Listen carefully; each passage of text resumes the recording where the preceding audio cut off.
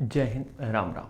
तो जिन लोगों को भी ये दिक्कत है कि कंफ्यूज रहते हैं कि भैया दौड़ में अगर गाने सुनते हैं तो उसका क्या इफ़ेक्ट पड़ेगा, या फिर दौड़ में हमें गाने नहीं सुनने चाहिए क्या, या फिर दौड़ में हम कौन कौन से गाने सुन सकते हैं, ये सारी चीज़ें उनकी दिक्कत होती है।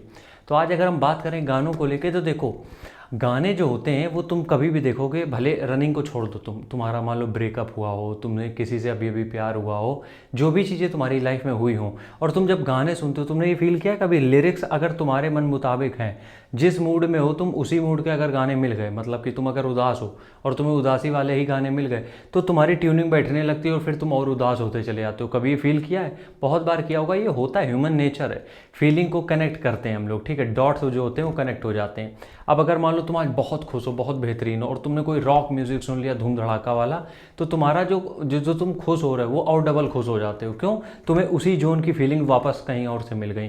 तो जब दो फीलिंग इंटरकनेक्ट हो जाती हैं तो फिर ये चीज़ें बूम कर जाती हैं, ठीक है, पहली बात। दूसरी चीज़, अगर हम रनिंग की बात करते हैं तो रनिंग में तुमने देखा होगा बहुत से लड़के हैं जो कौन से गाने सुनते हैं आज भी, वही संदेशे आते हैं, चिट्ठी आती है, या फिर देशभक्ति वाले गाने। तो ये गाने तुम अगर सुन के रनिंग कर रहे हो तो इससे रनिंग में तुम्हारी कोई नेगेटिव इफेक्ट नहीं पड़ना है। इसमें रनिंग में तुम्हारे 0% का नेगेटिव इफेक्ट है कि कोई भी दिक्कत देगा। क्यों? देखो जितने लोग भी दौड़ की तैयारी कर रहे हैं वो किसी न किसी डिफेंस फोर्सेज या फिर पुलिस लाइन में जाना चाहते हैं, इसलिए तैयारी कर रहे हैं। अब वो जो डिफेंस में जाना चाहता है बंदा, जो पुलिस में जाना चाहता है, वो अगर इस तरीके के गाने सुन रहा है तो वो और मोटिवेट होता है। मतलब कि अगर वो देशभक्ति वाले गाने सुन रहा है, उसको पुलिस में जाना है, तो और मोटिवेट होता है कि यार हमें भी यही काम करना है, हमें भी ऐसे ही मरना है, शहीद होना है। तो उसके अंदर और जुनून भरता है, जोश भरता है। तो तुम देखोगे कभी कभी जो 3 किलोमीटर भी नहीं दौड़ पाता था वो आज 5-6 किलोमीटर आराम से रनिंग कर पा रहा है। क्यों? क्योंकि हम सब इमोशनल हैं अंदर से, हम सबको प्यार चाहिए। अब क्या होता है कि ना, जब हम उदास होते हैं तो उदासी वाले गाने मिलते हैं तो हमें लगता है ये आदमी अपनी बातें कर रहा है, तो हम उससे कनेक्ट हो जाते हैं। मोदी जी क्या करते हैं आज, क्यों इतने बड़े नेता हैं? वो इसीलिए हैं, हर जगह की फीलिंग के बारे में उनको पता है। अगर वो यूपी में आएंगे तो मंदिरों की बात करते हैं, क्योंकि जानते हैं उत्तर प्रदेश और बिहार, यहाँ सब के लोग मंदिरों में बड़ी आस्था रखते हैं, भगवान में आस्था रखते हैं, तो उनके लिए मंदिर बहुत बड़ी चीज़ है, ठीक है। वो कहीं पे भी जाते हैं उस लोकेशन के हिसाब से वो ये देखते हैं। अब जैसे हम तुम्हें अपनी छोटी सी बात बताएं, वो कानपुर आए थे, ठीक है।